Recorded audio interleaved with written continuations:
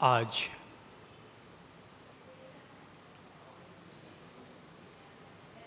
हम सभी लोग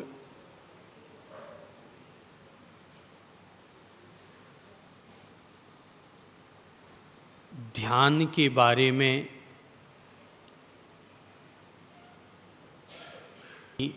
कोशिश करेंगे।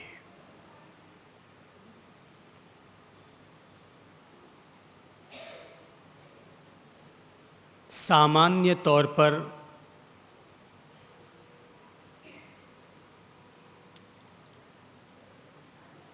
प्रत्येक व्यक्ति का अपना स्वभाव होता है,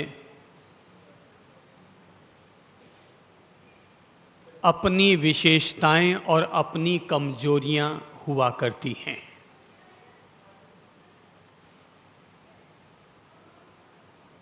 दुनिया में कोई भी इंसान ईश्वर का अवतार नहीं होता। कोई भी इंसान दूध का धुला हुआ नहीं होता। हर एक व्यक्ति में 4 कमियां तो होती ही हैं।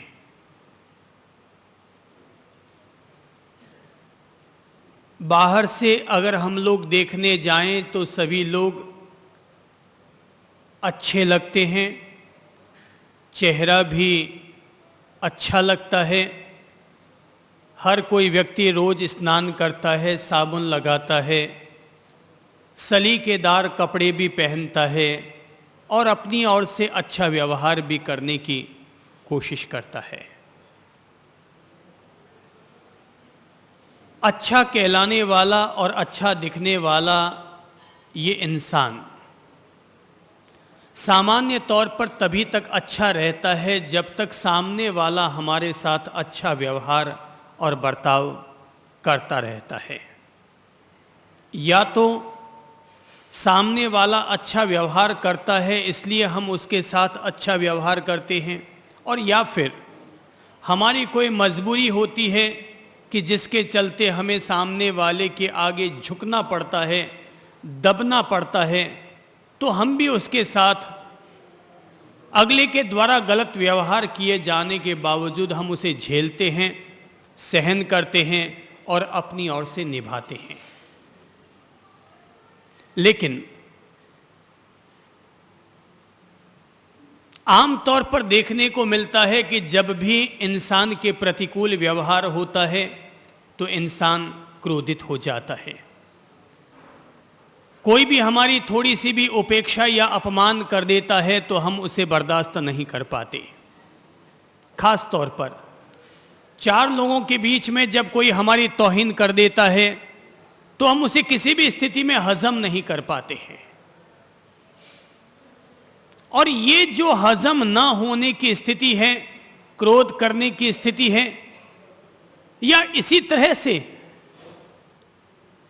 किसी के चेहरे को देखकर, किसी भी सुंदर पुरुष को देखकर या सुंदर स्त्री को देखकर अपन लोगों का मन विचलित हो जाता है, तो बहुत सारी बातें मुंह से नहीं बोली जाती है लेकिन हमारा मन तो पापी हो ही जाता है।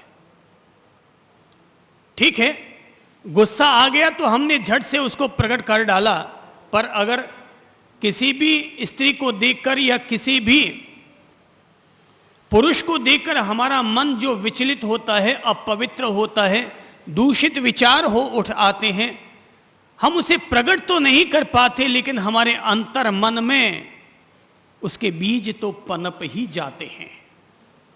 तो ऐसे ही चाहे क्रोध हो, चाहे काम भोग की प्रकृति हो,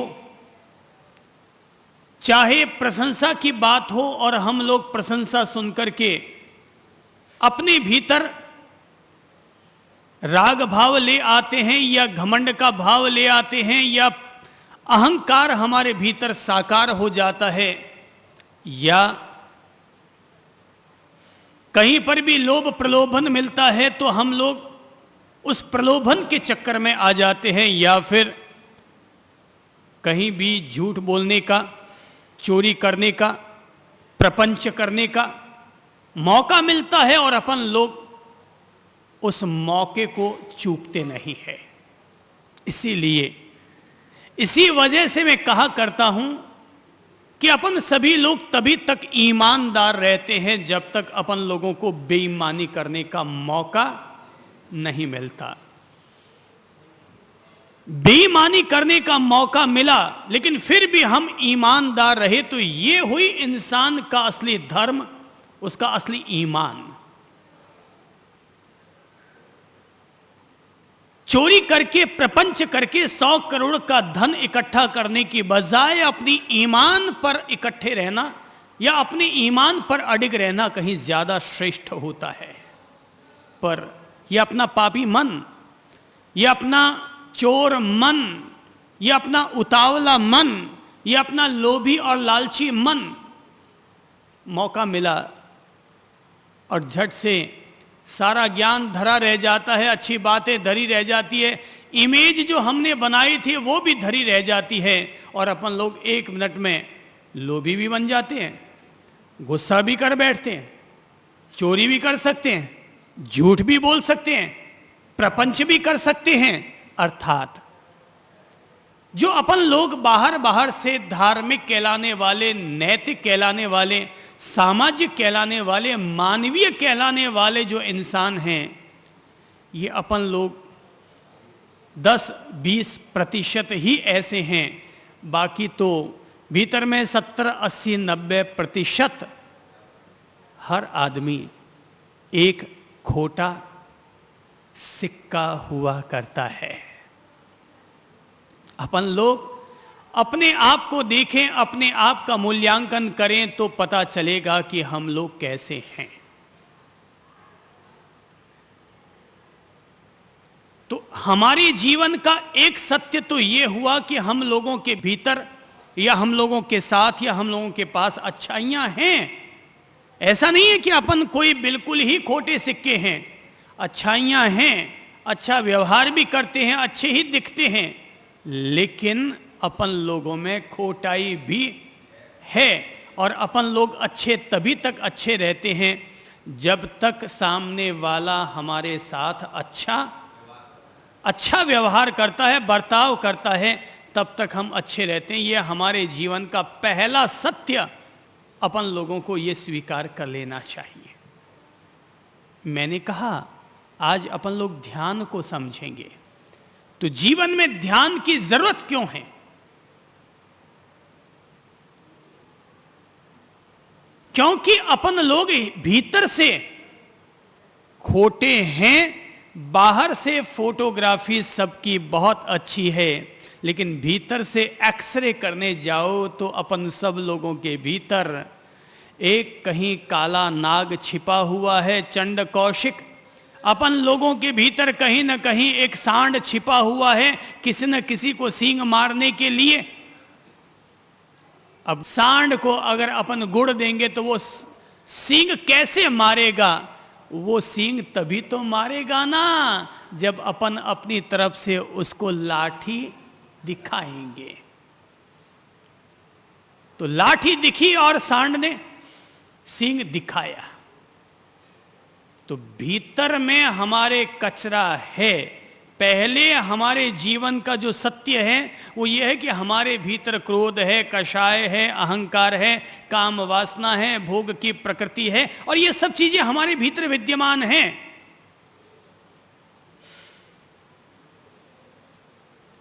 किसी भी आदमी को अगर गुस्सा आता है तो मानकर चलिए कि सामने वाले ने जो गाली दी है वो गाली तो केवल निमित्त का काम करती है। माचिस की तीली आग तब लगा पाती है जब सामने लकड़ी होती है, पर माचिस की तीली इस दीवार में तो आग नहीं लगा सकती। अर्थात भीतर में अगर आग लगने के बीज होते हैं तो निमित्त काम करता है। अगर किसी को गाली दी और फिर भी वो शांत रहा तो इसका मतलब यह हुआ वो भीतर से साफ है, भीतर से शांत है, तो गाली कोई प्रभाव उस पर नहीं डालती।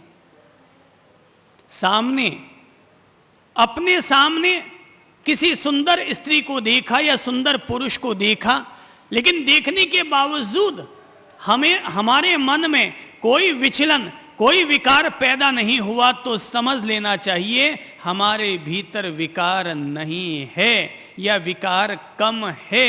तो निमित्त तो मिला, लेकिन निमित्त मिलने के बावजूद हम भीतर से प्रभावित नहीं हुए। अगर भीतर में विकार होते हैं ना, तो आदमी किसी देवी माँ के मंदिर में भी चले जाए तो उस देवी माँ की मूर्तियों के अंगों को देख करके भी विकृत हो जाया करता है। अर्थात सारी गुंजाइशें व्यक्ति से स्वयं से जुड़ी हैं। यह हमारे जीवन का पहला सत्य। फिर ध्यान की जरूरत क्यों है? तो हमारे जीवन का दूसरा सत्य यह है कि हम सब लोग एक ऐसे घर में पैदा हुए हैं, एक ऐसे समाज में पैदा हुए हैं जहां पर धर्म की चर्चाएं होती हैं, धर्म के प्रति लोग आस्था रखते हैं और संत महात्मा लोग, गुरु महाराज लोग जो अपन लोगों को बताते हैं, अपन लोग प्रेम पूर्वक, श्रद्धा पूर्वक उसको सुनते भी हैं और अपने जीवन में जीने की कोशिश भी करते हैं। यह हमारे जीवन का दूसरा सत्य। तो गुरु महाराज कहते हैं मंदिर जाया करो, तो अपन लोग उनके दबाव में आकर या उनसे प्रेरित होकर के पचखाण भी ले लेते हैं और मंदिर जाना शुरू कर देते हैं। गुरु महाराज कहते हैं भाई पर्युषण पर्व आ गए है तो उपवास करना चाहिए, तो अपन लोग उनसे प्रेरित होकर के उपवास भी कर लेते हैं। अथवा वो कहते हैं कि रात्रि भोजन करना बहुत बड़ा पाप है, तो अपन लोगों में से कुछ लोग जिन्हें ये बात गले उतर जाती है और अपन लोग रात्रि भोजन छोड़ देते हैं। या सामायिक करो, प्रतिक्रमण करो, पूजा पाठ करो, प्रार्थना करो, मंत्र जाप करो, संयम रखो। ये वो जो बातें गुरु महाराज लोग जो अपन लोगों को बताते हैं, अपन लोग सुनते हैं और यथाशक्ति अपन लोग अपने जीवन में उसको जीने की कोशिश भी करते हैं। ये हमारे जीवन का दूसरा सत्य। उनमें से भी फिर कुछ ऐसे बच्चियां होती हैं जिनको और ज्यादा भाव उड़ जाते हैं, तो वैरागी बन जाते हैं, बोले हम दीक्षा लेंगे और दीक्षा लेकर के वो मोक्ष के लिए, परमात्मा के लिए तत्पर हो जाते हैं। तो हमारे जीवन का दूसरा सत्य क्या है? दूसरी हकीकत ये है कि हम लोग संतों को, गुरुओं को सुनते हैं, धर्म की बातें सुनते हैं और इस तरह से अपन लोग थोड़ा सा धर्म के करीब जाते हैं। हालांकि मालूम नहीं है परमात्मा है या नहीं, मोक्ष है या नहीं, गुरु महाराज जो कहते हैं उसका परिणाम आएगा या नहीं, लेकिन फिर भी जिस समाज में, जिस परिवार में, जिस परंपरा में अपन लोगों ने जन्म लिया है, उससे प्रेरित हो जाने के कारण अपन लोग धर्म के मार्ग पर आ जाते हैं। हमारे जीवन का दूसरा सत्य। अब ध्यान की जरूरत क्यों है? ध्यान की जरूरत इसलिए अब मुझे लग रही है क्योंकि अब हमारे जीवन का तीसरा सत्य कि गुरु महाराजों से खूब सुन लिया, ब्रह्मचर्य पालना चाहिए, लेकिन अपना मन पापी हो जाता है।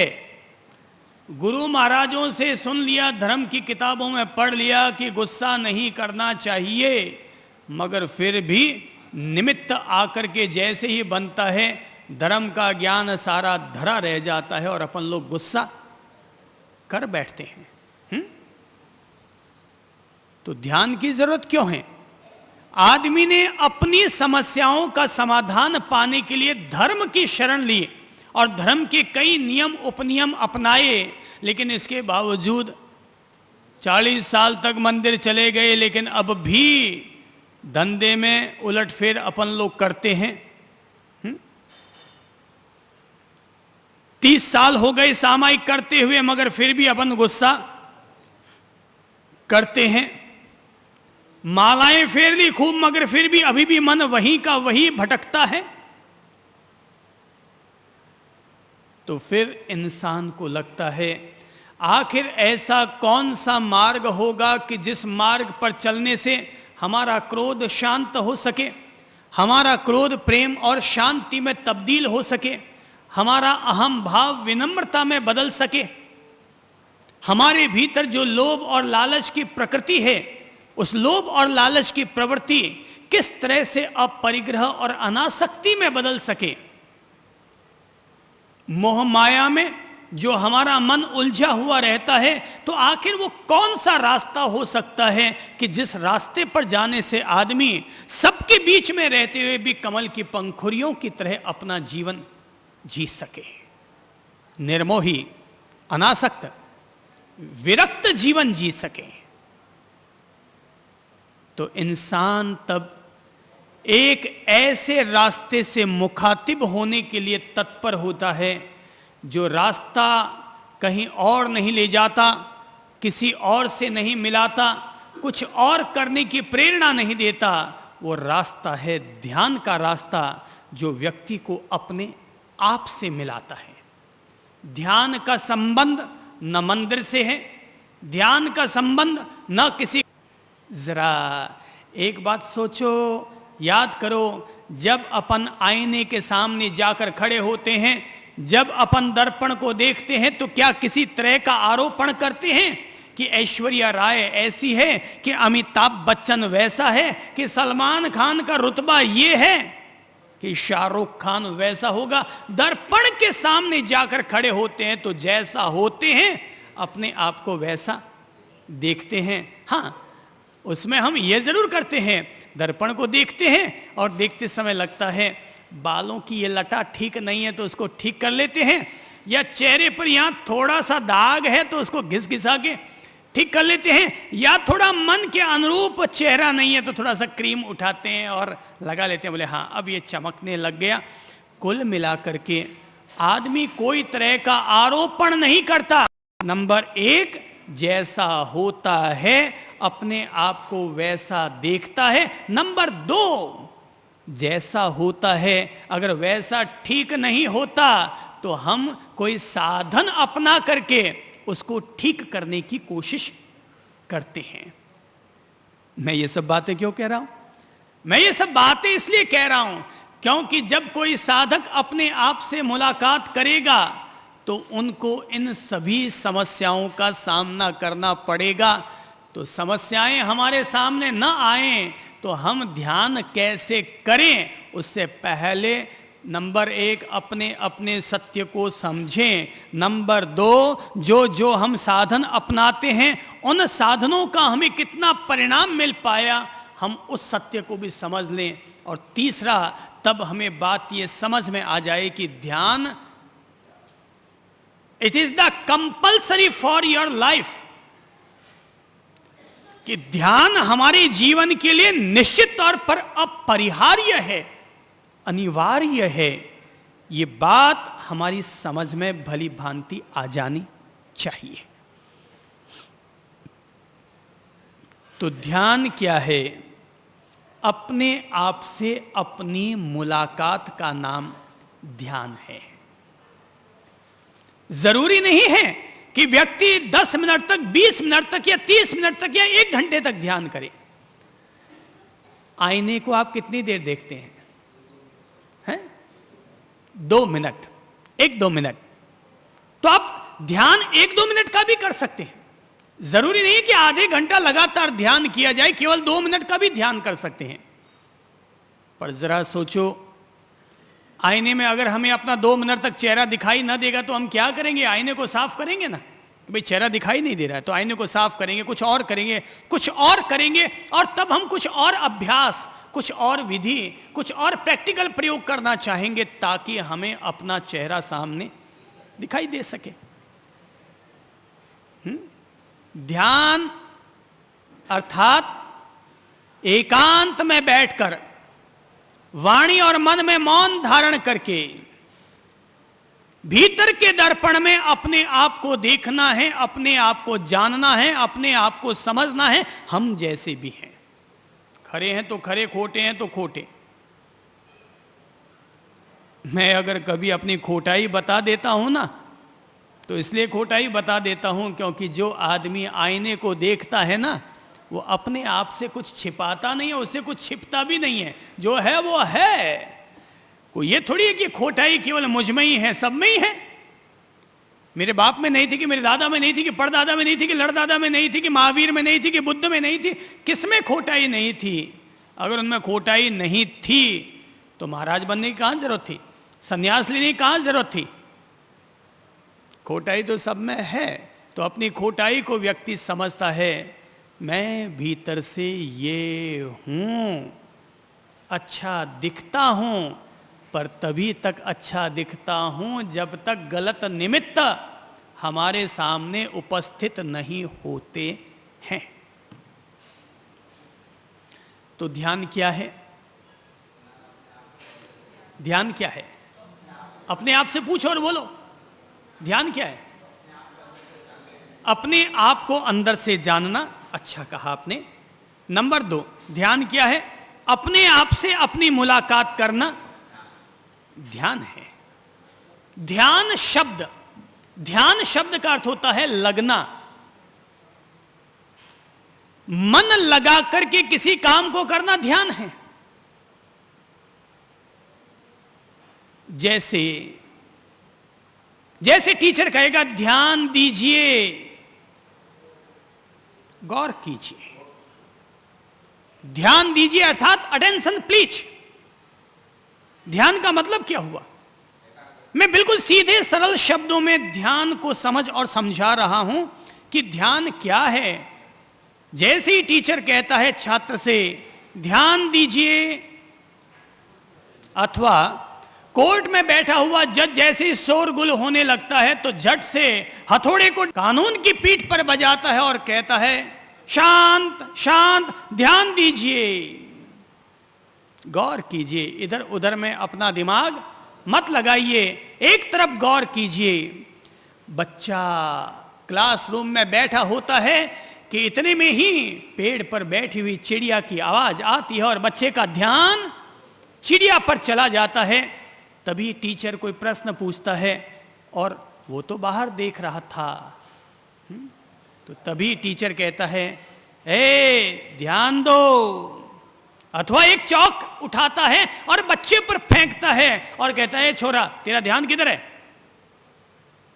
ध्यान तो था उसका, बिना ध्यान के आदमी जी ही नहीं सकता। ध्यान तो कंपलसरी है जीवन के हर कदम पर, हर चरण में। पर फर्क यह होता है जिधर ध्यान देना चाहिए उधर ध्यान नहीं देता, और जिधर ध्यान नहीं देना चाहिए उधर उसका ध्यान बंट जाता है। तब ध्यान में बैठने की भी जरूरत होती है। बिना ध्यान के क्या आप फुल्का बेल सकते हैं? बिना ध्यान के क्या आप फुल्का सेक सकते हैं? इधर उधर बातें करते हुए, इधर उधर मटर गश्ती करते हुए जरा फुल्का सेक के बताओ, या तो कच्चा रह जाएगा, या जल जाएगा, या हाथ जल जाएंगे। ध्यान दो, अटेंशन प्लीज। जीवन में सफलता पाने का, जीवन में प्रत्येक कार्य को पूर्णता के साथ करने का पहला और आखिरी मंत्र है, और वो है ध्यान। हम लोग ध्यान में बैठने की जरूरत क्यों पड़ती है? कहां जरूरत है? जरूरत इसलिए है क्योंकि हम दिन भर में 10% भी अपने आप पर ध्यान नहीं देते। हम सारा ध्यान औरों पर देते हैं। कैसे देते हैं औरों पर? दुकान पर ध्यान दिया, बैंक पर ध्यान दिया, मकान की सफाई पर ध्यान दिया, किससे क्या लेना है क्या देना है इस पर ध्यान दिया, रोकड़ बही पर ध्यान दिया, बेटी को क्या लेना देना है हमने इस पर ध्यान दिया। अपने आप पर कहां ध्यान दिया हमने? सब औरों पर ही तो ध्यान दिया, अपने आप पर कहां ध्यान दिया हमने? थोड़ा बहुत सुबह सुबह 10 मिनट नहाते होंगे तब ध्यान दे देते होंगे, थोड़ा सा। आदमी दिन में एक सुबह सुबह चेहरा देख लिया, बस ठीक है, निकल गया। पुरुषों से तो महिलाएं अच्छी है जो कम से कम 4 बार तो अपना चेहरा देखती हैं। अरे चेहरे पर ही ध्यान दिया, पर कहीं ना कहीं तो अपने आप पर ध्यान दिया। माना शरीर नश्वर है, माना ये चमड़ी बाईसा कभी भी ढीली पड़ सकती है, गोरी की काली और काली की गोरी हो सकती है, इसका कोई ठेका नहीं है कि हमेशा गोरी बाईसा ही रहेगी। उलट फिर इसमें चलती रहती है। तो आदमी बहुत कम ध्यान देता है अपने आप पर, वो औरों पर ध्यान देता है। वो जानता है तो भी औरों को जानता है। ध्यान और कुछ नहीं है। ध्यान कहता है जे एकम जानई से सबम जानई, जो एक को अपने आप को जान लेता है वो सबको जान लेता है। इसलिए ध्यान और कुछ नहीं है। ध्यान एक को जानने की प्रक्रिया है, अपने आप को जानने की प्रक्रिया है, अपने आप से रूबरू होने की प्रक्रिया है। पहले पहले अगर स्कूल जाओगे तो क्या मन लगेगा क्या है? माना कि आपको याद नहीं होगा कि आप स्कूल में गए तो पहले दिन आपका मन लगा कि नहीं, पर आपका भतीजा तो होगा घर में, आपका कोई संतान तो होगी, उसको देखकर आप सोच सकते हैं कि पहले दिन जब वो स्कूल गया था तो क्या हालत हुई थी। खूब रोया था, खूब टॉफी, लॉलीपॉप, कई तरह के प्रलोभन देने पड़े होंगे, और मम्मी पापा जी स्कूल पहुंचाने गए होंगे, तब कहीं जाकर के छोरा जाना शुरू हुआ। अब स्कूल जाना भारी लगता है क्या? नहीं लगता ना। देखो आप लोगों ने उपधान करना शुरू किया है। अभी आप लोग उपधान तब कर रहे हैं तो पहले दिन उपवास किया, जितना जोर उस दिन पड़ा क्या आज उतना पड़ रहा है क्या है? क्यों बेटा सीमा, पहले दिन जितना जोर पड़ा क्या आज उतना जोर पड़ रहा है क्या? नहीं पड़ रहा ना। हाँ, पहले दिन जब भी किसी भी मार्ग पर कदम रखो तो पहला दिन कठिन लगता है, पर धीरे धीरे धीरे धीरे धीरे धीरे रे मना धीरे सब कुछ होय, माली सिंचय 100 घड़ा ऋतु आय फल होय। धीरे धीरे धीरे धीरे होते होते हो जाता है, सब काम धीरे धीरे होता है। प्यार भी कोई एक दिन में थोड़ी होता है, धीरे धीरे होते होते हो जाता है, गोटी फिट बैठ जाती है। खाना कोई एक दिन में बनाना सीखते हैं क्या? धीरे धीरे बनाते बनाते आदमी सीख जाता है। मन को साधना है, मन को एकाग्र करना है। तो ये मत समझना कि आज ध्यान में बैठे और आज एक दिन में मन लग गया, वो भी धीरे धीरे धीरे धीरे पत्थर भी गोल हो जाता है तो मन भी हमारा संवर जाता है, सुधर जाता है। और भीतर की जो जड़ें हैं ना, क्रोध की, अहंकार की, कषाय की, राग द्वेष की, ये जड़ें धीरे धीरे धीरे धीरे कटने लगती है, जीवन की समझ आने लगती है और व्यक्ति सहजतया विनम्र होता है, सरल होता है। अगर उससे पाप हो भी जाता है तो छिपाता नहीं है, कह देता है साहब मुझे ऐसा नहीं करना चाहिए था पर मुझसे ऐसा हो गया। वो छिपाता नहीं है, वो पापी नहीं होता ध्यानी व्यक्ति, क्योंकि ध्यानी व्यक्ति अपने आप को बिल्कुल नग्न कर लेता है, दिगंबर कर लेता है। मैं ऐसा हूं। वो दुनिया के सामने नहीं कहता फिरता कि मैं बहुत बड़ा संत हूं। वो कहता है भाई मेरे गुस्से को मैं जानता हूं, मेरे मन को मैं समझता हूं। तो कहता है भाई ठीक है, तुम मुझे संत मानो, ये तेरी मेहरबानी है, पर मैं तो भीतर से अभी तक असंत या अशांत हूं। तो ध्यानी आदमी बेईमान नहीं होता, बेईमानी उसको अच्छी नहीं लगती।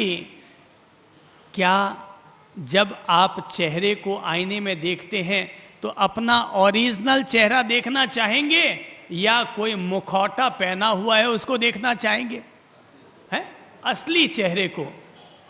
तो जैसे आईने के सामने असली चेहरे को देखा जाता है, मुखौटों को, डुप्लीकेटों को नहीं देखा जाता, ऐसे ही जब व्यक्ति ध्यान में उतरता है तो डुप्लीकेसी उसे पसंद नहीं आती, जो है वो ये है। तो जब आदमी नंबर 1 में ये जान लेता है मैं ये हूं, तो नंबर 2 में फिर क्या करता है आदमी? आईने के सामने खड़ा होकर के कुछ क्रीम, पाउडर, लिपस्टिक, थोड़ा सा ये वो, थोड़ा नीविया, थोड़ा पॉन्ड्स, थोड़ा है, ये सब अपन लगाना पसंद करते हैं, यानी अपने चेहरे को ठीक करते हैं। वैसे ही ध्यान करने वाला व्यक्ति अपनी हकीकतों को जान करके फिर अपने मन को, अपने चित्त को, अपने दिमाग को, अपने दिल को ठीक करने के लिए जागरूक होता है, सचेतन होता है कि मैं अपने आप को ठीक कैसे करूं। तो ध्यान सीधा अपने आप से अपनी मुलाकात है, अपने आप से अपने आप को रूबरू करने की तरह है, दर्पण देखने की तरह है। आप चाहें तो 5 मिनट तक दर्पण देख सकते हैं, आप चाहें तो 10 मिनट तक दर्पण देख सकते हैं। अगर हमारा चेहरा हिलता रहा या दर्पण हिलता रहा तो हमें कुछ दिखाई नहीं देगा। जरा एक बात सोचो, अपन तालाब के पास गए, तालाब में झांकेंगे, तालाब में अपना चेहरा देखेंगे, पानी में अपना प्रतिबिंब देखेंगे। जरा सोचो, दिमाग लगाकर सोचो कि पानी अगर हिलता हुआ रहा, लहरें तेज उठती रही तो क्या हमें अपना चेहरा दिखाई देगा? प्रतिबिंब दिखाई देगा? तो प्रतिबिंब को देखने के लिए, अपने चेहरे को पानी में देखने के लिए क्या होना हो चाहिए? पानी का शांत होना जरूरी होता है। ऐसे ही हमारे चित्त का, हमारे विचारों का, हमारे विकल्पों का, हमारे भीतर के उधेड़ बुन का शांत होना जरूरी है। तो जब तक वो शांत नहीं होता तब तक हो सकता हमें 20 मिनट भी ध्यान करना पड़े, पर जैसे वो शांत हो गया तो शांत होते ही हमें अपना चेहरा दिखाई दे गया। तो ध्यान करने के लिए ज्यादा टाइम नहीं चाहिए, लेकिन चित्त को शांत करने के लिए ज्यादा टाइम चाहिए। शांत होते ही तो तू तेरे पास है अपने माही टटोल, तेरे पास है अपने माही टटोल। राई घटे न तिल बढ़े, हरि बोलो हरि बोल। फिर तो कुछ घटता बढ़ता नहीं है, जो तू है वो तेरी हथेली में आ जाया करता है। जो तू है वो तेरी हथेली में आ जाया करता है। तो ध्यान करने के लिए 2 चीजें जरूरी है। पहला है लक्ष्य, दूसरा है लगन। दूसरा है लगन। स्कूल में बच्चे तो सभी जाते हैं, पर फर्स्ट क्लास कौन पास होता है? जो लगन से पढ़ता है। ध्यान में भी वही व्यक्ति सफलता हासिल करता है जो लगन से ध्यान में उतरता है। भाई, मन को सुधारना, मन को संवारना, मन को शांत करना, मन को एकाग्र करना, अरे महावीर और महादेवों के लिए भी बहुत बड़ी तपस्या बन गया था। उनके लिए भी बहुत बड़ी तपस्या बन गया था। मन को ठीक करना, ये कोई लोटा थोड़ी है जो राख ली और मांझ कर लेकर के आ गए। ये मन है, छिपा हुआ है, ये अदृश्य है, ये पकड़ में आता नहीं है, मगर फिर भी ये सुधर जाता है, ये संवर जाता है। धीरे धीरे रे मना धीरे सब कुछ हो। रसरी आवत जात तैन सिल पर पड़त निशान, करत करत अभ्यास के जड़मति होत सुजान। ये करते करते हमारे पकड़ में भी आ जाता है, सुधर भी जाता है, संवर भी जाता है। मैंने अपने मन को संवरते हुए, अपने मन को शांत होते हुए, अपने मन को निर्मल होते हुए, निष्कषाय होते हुए मैंने देखने की कोशिश की है, उसको वैसा बनाने की कोशिश की है, और बहुत बड़ी मात्रा में मैं इसमें सफल हुआ भी हूं। पर अभी भी ये कभी कभी उमड़ घुमड़ कर जाता, अभी भी ये कभी कभी गुस्सा कर जाता, अभी भी ये कभी कभी तेजी खा जाता है। ये मन है, आदमी का मन है, मनुष्य का मन है। मन से ही तो आदमी मनुष्य कहलाता है। तो कुल मिलाकर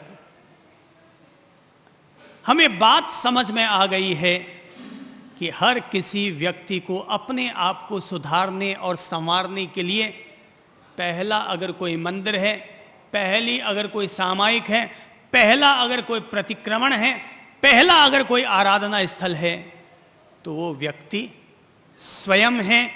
और व्यक्ति जो स्वयं है, जरा सोचो मंदिर कितने फुट का होता है? जरा अनुमान लगाओ, कितने फुट का होता है एक मंदिर? अंदाज कितने फुट का होता होगा? हैं? 10-15 फुट का आपने कोई मंदिर देखा है अभी तक? हैं?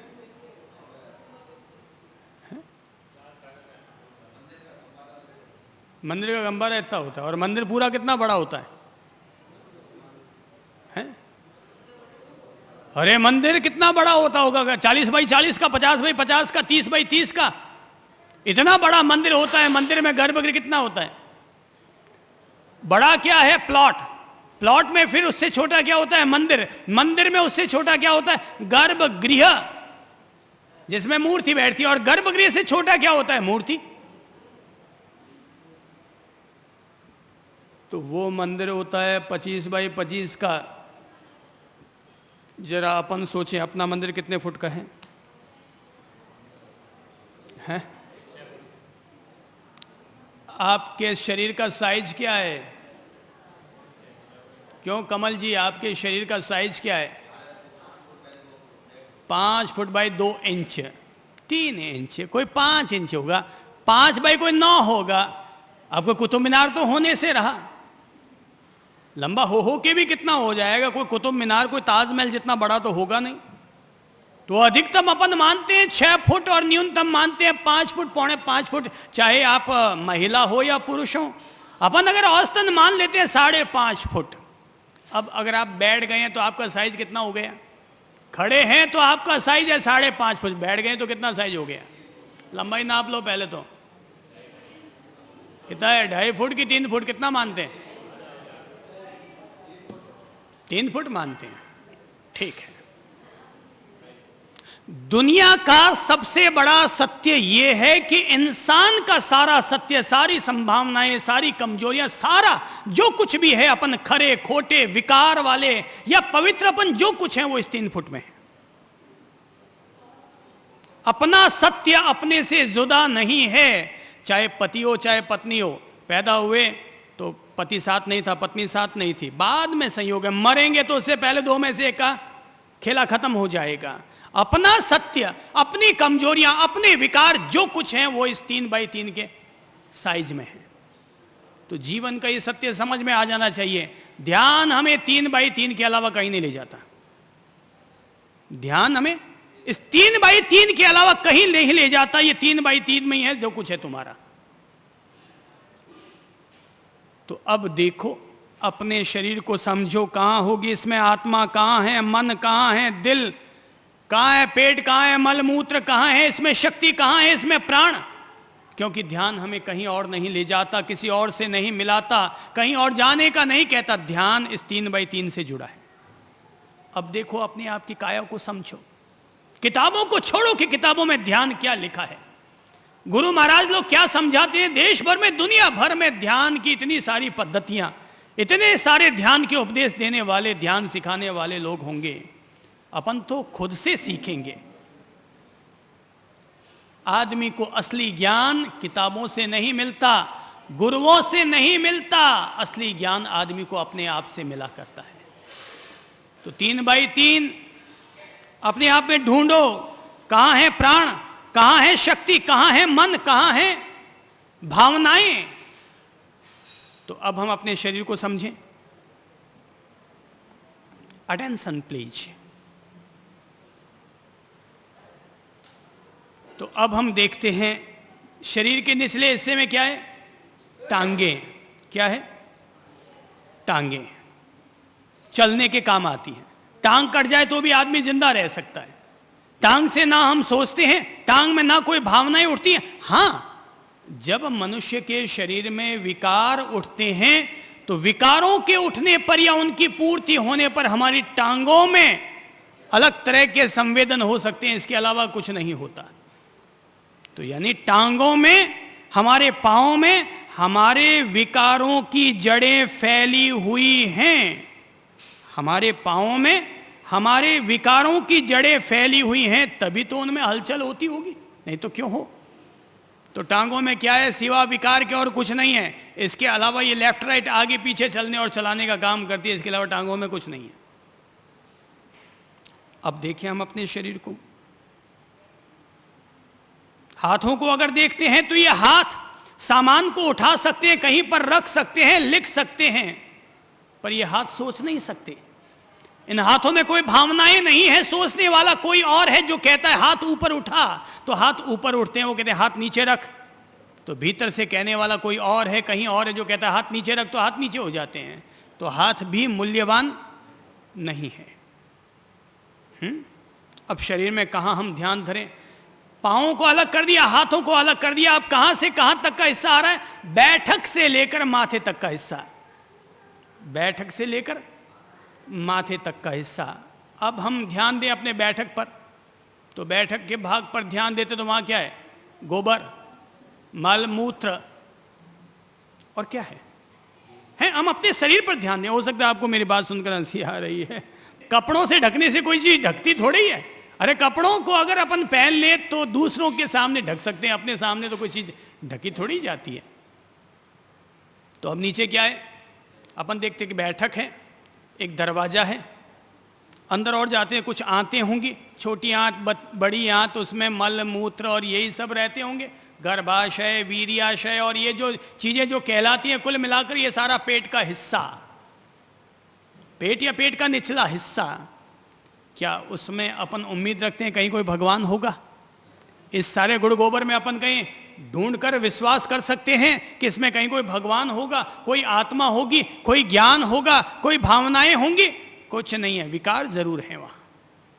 हम अपने शरीर को तौलते हैं कि हम ध्यान कहां करें, कौन सी ऐसी जगह जहां पर हम ध्यान करें, तो नीचे देखते हैं यही सब कचरा पचरा पड़ा है। पेडू के नीचे का भाग, ये पेट, अंदर क्या पड़ा है? सुबह का जो खाया था वो अंदर पड़ा है, पचरा होगा, अंदर की फैक्ट्री अपनी चल रही होगी, उसकी व्यवस्था अपनी चल रही होगी। शरीर क्या है? ये शरीर, हम इसमें आत्मा कहां देखें, कहां अपना ध्यान करें? तो भाई नीचे ऐसी कोई चीज नहीं लग रही। हां, जब या तो मल मूत्र का विसर्जन करते हैं लोग, या फिर अपन देखते हैं शरीर में कभी किसी के विकार पैदा हो जाते हैं, तो मल मूत्र के स्थानों पर कुछ अलग तरह के संवेदन आ जाते होंगे, तो अपन मानेंगे कि नाभि से नीचे विकारों के अलावा और कुछ नहीं है। नाभि से नीचे पेट के निचले हिस्से में विकारों के अलावा और कुछ नहीं है। या फिर जो अपन खाना खाते हैं उसका रस बनता होगा, उससे खून बनता होगा, ये सब चीजें बनती होंगी, उनसे केवल शरीर का पोषण होता होगा, बाकी तो सब मल मूत्र का विसर्जन हो जाता है। तो अब हम महत्व देते हैं नाभि से लेकर के सिर तक का हिस्सा, नाभि से लेकर के सिर तक का हिस्सा,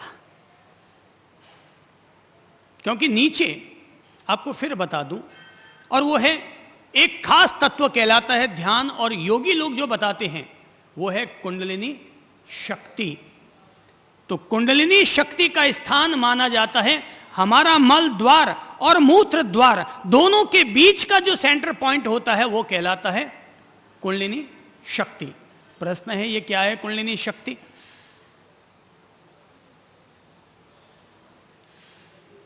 अगर आप लोग अपने शरीर को समझें तो हम देखते हैं, आप लोग बहुत सहजता से लीजिएगा, है कोई इसको गलत अर्थ में मत लीजिएगा। अपन देखते हैं जैसे कि अपना जो मूत्र स्थान होता है, हर मूत्र स्थान की जड़ है। तो जो हमारे भीतर यानी मल द्वार से आगे की तरफ, मल द्वार से आगे की तरफ जहां पर हमारी मूत्र स्थान का वो जो बना हुआ रहता है, जहां से मूल जड़ जुड़ी हुई है, वो जो जड़ है और उसके इर्द गिर्द का वो जो प्लेस कहलाता है वो है कुंडलिनी शक्ति का केंद्र। वो क्या है? कुंडलिनी शक्ति का केंद्र। अब माना जाता है कि कुंडलिनी शक्ति और पीछे जो जुड़ा हुआ है वो भाग कहलाता है ईड़ा, पिंगला और सुषुम्ना नाड़ी, अर्थात हमारे रीढ़ की हड्डी। उस रीढ़ की हड्डी में शक्ति का प्रवाह, वो रीढ़ की हड्डी ही हमारे शरीर के प्रत्येक नाड़ियों को थामने का काम करती है। जैसे कि नीचे का जो पांव है, जो हिस्सा है वो सारा लटका हुआ है, रीढ़ की हड्डी के सहारे जो नाड़ियों का गुच्छा है ये सब बंधा हुआ है। आरसीसी की तरह ये तार से तार ये जुड़े हुए हैं और सब एक चीजों से बंधे हुए हैं। तो जो लोग कुंडलिनी शक्ति की साधना करते हैं वो शरीर की ऊर्जा तो उपलब्ध कर लेते हैं, वो लोग शरीर की ऊर्जा तो उपलब्ध कर लेते हैं, लेकिन विकारों को, क्रोध को, कषायों को अगर शांत करना है, उनसे अगर मुक्त होना है तो हमें नाभि से भी और ऊपर चढ़ना पड़ेगा। और तब हमारे सामने ये खास केंद्र आते हैं। पहला है हृदय, छाती, दूसरा है कंठ, तीसरा है ये मस्तक। छाती, छाती में एक तरफ हार्ट धड़कता है और दूसरी तरफ सांस चलती है। लेफ्ट साइड में हार्ट धड़कता है, राइट साइड में फेफड़े हैं जिनमें सांस चलती है। यह तो हुई शरीर की स्थूल व्यवस्था। अब आती है बात कि फिर हमारे प्राण कहां हैं, प्राण शक्ति कहां है, जीवनी शक्ति का केंद्र कौन सा है, आत्मा कहां है, जो कि सारे शरीर को संचालित करता है, थामे हुए है। तो अब हम देखते हैं प्यार कहां उमड़ता है, प्यार कहां उमड़ता है, दिल में। शांति कहां साकार होती है, दिल में। किसी दीन दुखी को देखते हैं तो करुणा कहां पैदा होती है, हमारे दिल में। जब हम आनंद से भरे हुए रहते हैं तो हमारे भीतर प्रसन्नता कहां आती है, दिल में। आंसू कहां से आते हैं, दिल से आते हैं। तो तब हमारे जीवन के लिए सबसे इंपॉर्टेंट पॉइंट हो जाता है, वो है हमारा दिल, हमारा हृदय। ये जो छाती का प्रदेश है, और इसके लिए सबसे अच्छा पॉइंट है, और वो है सेंट्रलाइज। सांस और हृदय की धड़कन दोनों के बीच का ये जो सेंटर पॉइंट है, हमें यहीं पर ही ये हमारे भावनाओं का धरातल है, हमारा भाव धरातल है, हमारा दिल का धरातल है, हमारे प्रेम का, शांति का, करुणा का, आनंद का ये धरातल है, दिल। नाभि पर ध्यान धरने से व्यक्ति स्वस्थ होता है, पर दिल पर, हृदय पर ध्यान धारण करने से व्यक्ति के विकार शांत होते हैं, व्यक्ति का क्रोध छटता है, और कुल मिलाकर के व्यक्ति भीतर से आत्मवान और ऊर्जावान बनता है। और वो सेंट्रलाइज पॉइंट है दिल, हृदय। अगर हम और पॉइंट देखें, यहां से आवाज पैदा होती है, वो है कंठ। शारीरिक रूप में देखें तो यहां से सांस ऊपर नीचे आती जाती है। फिर है हमारा दिमाग, जहां विचार उठते हैं, जिसमें बुद्धि है, जिसमें स्मरण शक्ति है, जिसमें हमारी मानसिक शक्ति विद्यमान रहती है, वो है हमारा मस्तिष्क, दिमाग। अब हम समझें ध्यान कैसे करें। शरीर को हमने समझ लिया, और हमने जान करके समझ लिया नीचे वाला हिस्सा ज्यादा काम का नहीं है, हृदय और हृदय से ऊपर का हिस्सा ही हमारे लिए आध्यात्मिक विकास में मददगार बन सकता है। योग और योगाभ्यास करेंगे तो उससे हमारी शारीरिक दृढ़ता आएगी, प्राणायाम करेंगे तो हार्ट में, दिल में दृढ़ता आएगी, पर ध्यान करेंगे तो हमारे दिल में और मन में, दोनों में ही दृढ़ता, दोनों में ही आध्यात्मिक चेतना का प्रकाश व्याप्त होगा, शक्ति का संचार होगा। बहुत सरलता से हम लोगों ने ध्यान का वातावरण, ध्यान की भूमिका, ध्यान क्या है, ध्यान क्यों करें, ध्यान करने से हमें क्या मिलेगा, इन सारे बिंदुओं को अपन लोगों ने थोड़ा थोड़ा समझने की, टच करने की कोशिश की है। अब प्रश्न है ध्यान कैसे करें। हम अपने मन को कहां एकाग्र करें, ध्यान करें तो हम क्या सोचें, ध्यान करें तो हमें ध्यान कहां दें, लक्ष्य किसको बनाएं।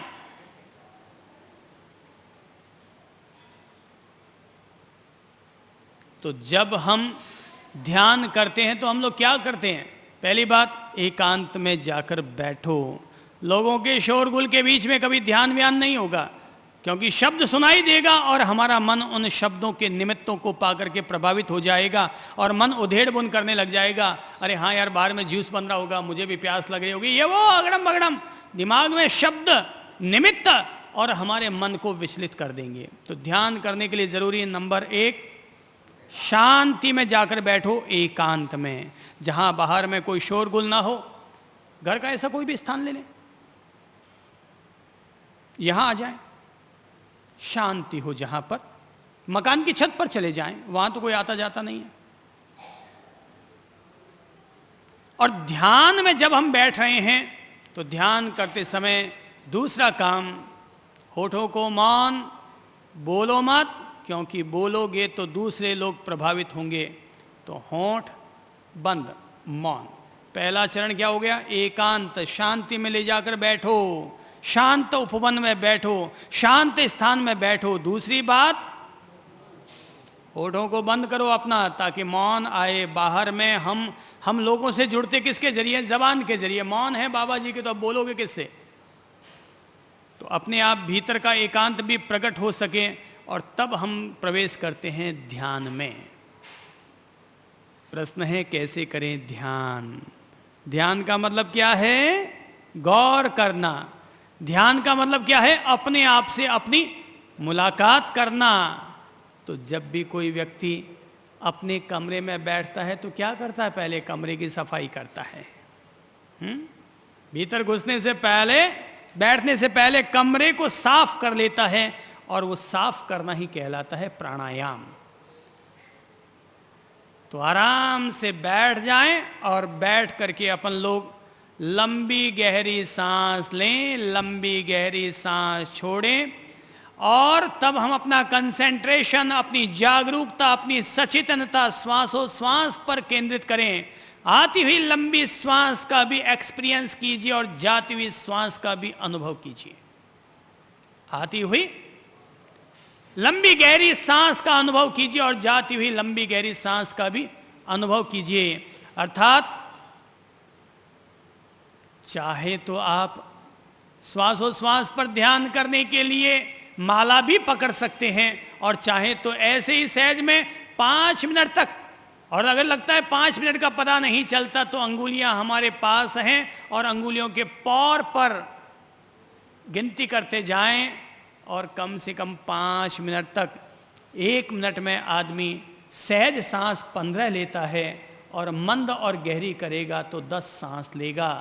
तो 5 मिनट तक प्राणायाम करने का मतलब यह हुआ कि लगभग हमने 51 श्वास लंबी ली और लंबी छोड़ी।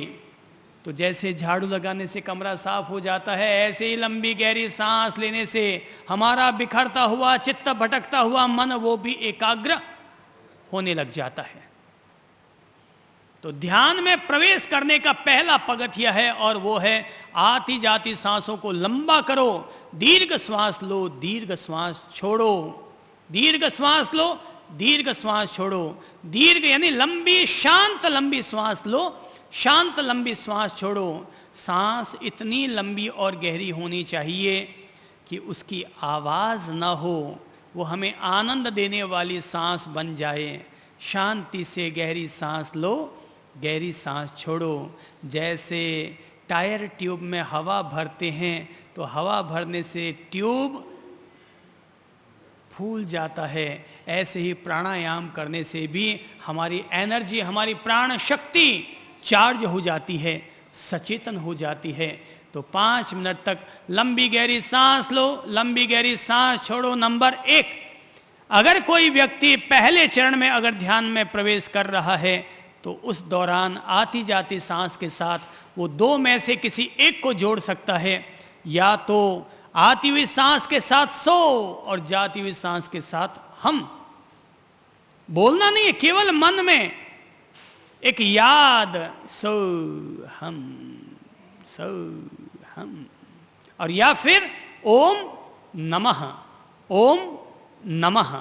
स्मरण, मन ही मन उसका स्मरण। पर लगातार इसकी आदत मत बनाइएगा, इसको छोड़ दीजिएगा। केवल लंबी सांस लें, लंबी सांस छोड़ें 5 मिनट तक। जैसे अभी अगर आप उपधान तप कर रहे हैं, तो उपधान तप के दौरान अपन नमो अरिहंताणम, नमो अरिहंताणम अर्थात नमो के साथ लंबी सांस लीजिए, और अरिहंताणम के साथ लंबी सांस छोड़िए। 5 मिनट, 5 मिनट का मतलब हो गया 50 की गिनती। जब वो लगे 5 मिनट तक हमने दीर्घ श्वास प्रश्वास का प्राणायाम कर लिया, अब हम शरीर को ढीला छोड़ दें, दिमाग को ढीला छोड़ दें। आती जाती श्वास को शांत शांत, मौन, मंद मंद मंद करने का प्रयास करें, अभ्यास करें। 2 मिनट, 3 मिनट, 5 मिनट, जितना हमको सुकून लगे उतनी देर तक हम श्वास को मंद मंद मंद करें। 5 मिनट तक जब हम सांस को मंद करेंगे तो पता चल जाएगा कि मन हमारा शांत हुआ या नहीं, एकाग्र हुआ या नहीं। अगर लगता है कि मन एकाग्र नहीं हुआ तो वापस पहले चरण को फिर अपना लें, अर्थात वही लंबी गहरी सांस लें, लंबी गहरी सांस छोड़ें। तो पहला चरण क्या हो गया?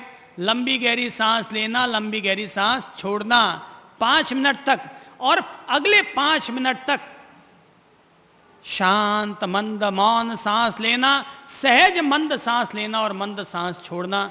वो 5 मिनट में हमें पता चल जाएगा हमारा मन शांत हुआ या नहीं। अगर शांत नहीं हुआ है तो वापस पहला चरण शुरू करें, वही लंबी सांस लेना और लंबी सांस छोड़ना। फिर वापस जब लगे 5 मिनट तक, हाँ अब चित्त में कुछ एकाग्रता बनी, कुछ शांति आई, तो दूसरे चरण में प्रवेश कीजिएगा। और अगर लगता है चित्त में शांति नहीं आई तो वापस वही तीसरी बार भी वही पहला चरण, अर्थात लंबी सांस लो और लंबी सांस छोड़ो। क्योंकि जब तक सरोवर शांत नहीं होगा, लहरें उठती रहेंगी, तब तक हमें अपना प्रतिबिंब दिखाई नहीं देगा। तो सरोवर का शांत होना जरूरी है, और शांत करने के लिए ही अपन पहले लंबी गहरी सांस लेते हैं। झाड़ू लगा, भीतर की बुहारी लगी, अब हम शांत मंद श्वास लेते हुए अपने कंसेंट्रेशन को, अपनी जागरूकता को, अपनी सचेतनता को, अपने कॉन्शियसनेस को, अपनी सांसों पर गौर करें। नासिका प्रदेश पर आती जाती सांसों का अनुभव करें। जब लगे कि चित्त में थोड़ी शांति आ गई है, मन मेरा थोड़ा मौन हो गया है, तब हम ध्यान का दूसरा चरण अपनाएं। और दूसरा चरण निर्भर करता है आपका लक्ष्य क्या है। आपने जो ध्यान का लक्ष्य बनाया है वहां पर अपना ध्यान केंद्रित करें। अगर आप बीमारियों से मुक्त होना चाहते हैं तो नाभि पर अपना ध्यान केंद्रित करें। अगर आप अपने विकारों को शांत करना चाहते हैं, क्रोध को शांत करना चाहते हैं, अपने लंपट मन को शांत करना चाहते हैं, तो दिल में, हृदय में अपना ध्यान धारण करें। हृदय में ध्यान करने से व्यक्ति का क्रोध, अहंकार, लोभ, लालच, छल, प्रपंच, ये सब जो हमारे भीतर उधेड़ बुन चलती है, इसकी जड़ें अपने आप शांत होने लगती है। और हम दिल के भीतर, छाती के मध्य प्रदेश पर, इस सारे भाग में हम अपने मन को केंद्रित करें, अपनी चेतना को, अपनी प्राण शक्ति को केंद्रित करें, अपनी सांसों पर रहने वाली जागरूकता को दिल में, छाती में केंद्रित करें। वहां पर जो जो हम अपना ध्यान करेंगे, अपने आप को एकाग्र करेंगे, अपने आप को सचेतन करेंगे, अपने आप को जागरूक करेंगे, त्यों त्यों हमारे अपने आप से मुलाकात होती चली जाएगी, अपने आप हमारी गहराई बनती चली जाएगी। हम हृदय रूपी गुफा में स्थित होते चले जाएंगे, और तब हमें हमारे हृदय की शांति, हृदय का प्रेम, हृदय की दिव्यता, हृदय का आनंद, हृदय की करुणा अपने आप हमारे भीतर छलकने लगेगी। और इस तरह से हमारा क्रोध, हमारे कषाय, हमारे विकार खुद ब खुद अपने आप शांत शांत शांत होते चले जाएंगे। हृदय के पास रूपांतरण की दृष्टि है, रूपांतरण का कीमिया है। जब हम वहाँ केंद्रित होते हैं तो अपने आप ये सब चीज़ें बदलती चली जाती हैं। अंधेरा तभी तक रहता है जब तक प्रकाश नहीं होता। पर अगर हमें ईश्वर तत्व का ध्यान करना है, परमात्मा तत्व का ध्यान करना है, बुद्धि को प्रखर बनाना है, स्मरण शक्ति को तेजस्वी बनाना है, अपनी असाधारण प्रतिभा को जगाना है, अपनी मानसिक शक्ति को अगर हमें तीव्र करना है, तो तब हमें दिल की बजाय, जब हमारा चित्त शांत हुआ तो हमें ललाट प्रदेश पर ये जो सारा भाग है, ये जो सारा क्षेत्र है, अर्थात हमें तिलक प्रदेश पर, इस सारे भाग पर या यहाँ तक अपने आप को केंद्रित करना चाहिए, सजग करना चाहिए, ध्यान देना चाहिए, गौर करना चाहिए, अनुभव करना चाहिए, स्थिर करना चाहिए, अपने आप को लगाना चाहिए, लगे रहना चाहिए, लगे रहना चाहिए। रसरी आवत जात तय, सिल पर पड़त निशान जब हम लगते हैं तो लगते लगते अपने आप ही एकाग्रता सधने लग जाती है, अपने आप ही गौर होने लग जाता है, अनुभूति होने लग जाती है, प्रकाश से साक्षात्कार होने लग जाता है। हम अपने भीतर देहातीत रूपातीत भाव में आ जाते हैं। और अगर ध्यान को और ऊंचा उठाना है तो जब हमें लगे हम लोग यहाँ पर पूरी तरह केंद्रित हुए तो अपने शरीर को, शरीर भाव को जमीन से ऊपर उठा लेना और अपने आप को आकाश पर केंद्रित कर लेना, मुक्त आकाश की तरफ केंद्रित कर लेना। आप शरीर से बिल्कुल हल्के हो जाएंगे, दिमाग से, मन से, आत्मा से, दिल से आप आकाश की तरफ, मुक्ति पद की तरफ, मोक्ष की तरफ, रूपातीत, विचारातीत, देहातीत ऊपर की स्थितियों को छू सकते हैं। पर जो लोग केवल अभी प्रवेश पा रहे हैं उनके लिए मैं ऊपर की बातें नहीं कहूँगा, ऊपर की बातें नहीं करूँगा। उनके लिए तो अभी पहले चरण में इतना ही अनुरोध करूँगा, इतनी ही अर्ज करूँगा। पहले सांसों सांस पर 5 मिनट तक लंबी गहरी सांस लें, नंबर 1। नंबर 2, अपनी सांसों को शांत मंद मौन करें 5 मिनट तक। पर अगर लगता है मन शांत नहीं हुआ तो वापस पहले चरण को अपनाएं, रिपीट करें। और जब अगर लगता है 3 बार कर लिया फिर भी चित्त शांत नहीं होता तो बस 3 बार करके छोड़ दो, खड़े हो जाओ, प्राणायाम किया, बस इतना काफ़ी है। और यही प्राणायाम हमारे लिए ध्यान की भूमिका का काम करेगा, ध्यान में प्रवेश दिलाने का काम करेगा।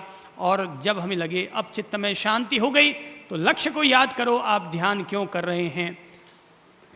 परमात्मा से मुलाकात के लिए, मानसिक एकाग्रता के लिए, बुद्धि को प्रखर करने के लिए।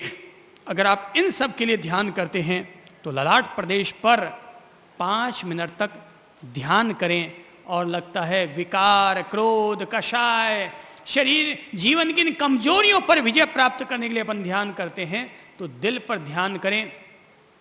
5 मिनट तक वहाँ ध्यान करें, कोई सोचना नहीं है, कोई विचार नहीं करना है। और जब हमें लगे हाँ मैं कुछ अपनी जड़ों से जुड़ रहा हूँ, कुछ मेरे भीतर अब एकाग्रता बन रही है, कुछ प्रखरता आ रही है, तो फिर हम लोग चाहें तो अब हम लोग ईश्वर का ध्यान कर सकते हैं अपने दिल में या अपने ललाट प्रदेश पर।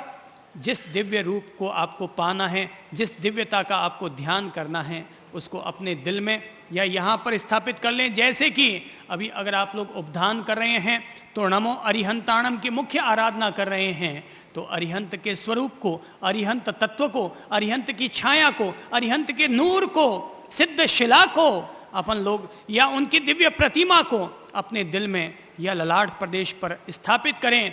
तब तक स्थापित करें जब तक कि हम उसके साथ पूरे एकाकार नहीं हो जाते।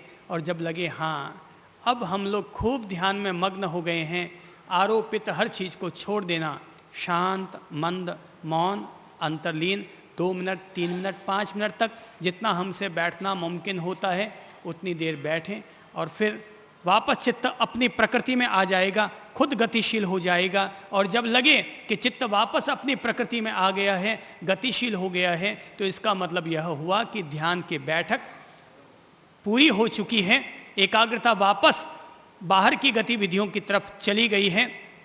ये ध्यान अपन लोग 15 से 20 मिनट के साथ इसकी शुरुआत करें। धीरे धीरे ज्यों ज्यों हमारा रस, हमारी रुचि इसमें बढ़ती जाएगी, ये समय 20 मिनट से बढ़कर के 25, 30, 35, पौन घंटा, 1 घंटा खुद ब खुद अपनी ओर से होते चले जाएंगे। समय की कोई पाबंदी नहीं है कि इतनी देर ही होना चाहिए, पर प्रवेश पाने के लिए 15 से 20 मिनट तक तो अपन लोगों को ध्यान में प्रवेश करना चाहिए। नंबर फिर दोहरा देता हूँ, 5 मिनट तक लंबे गहरे सांस, पहला चरण। नंबर 2, शांत मंद मौन सांस पर जागरूकता, कंसेंट्रेशन, अनुभूति, सचेतनता 5 मिनट तक। पर अगर लगता है एकाग्रता नहीं बनी, थोड़ी शांति नहीं आई, तो वापस पहले चरण को रिपीट करें। 3 बार अपन इन चरणों को रिपीट कर सकते हैं।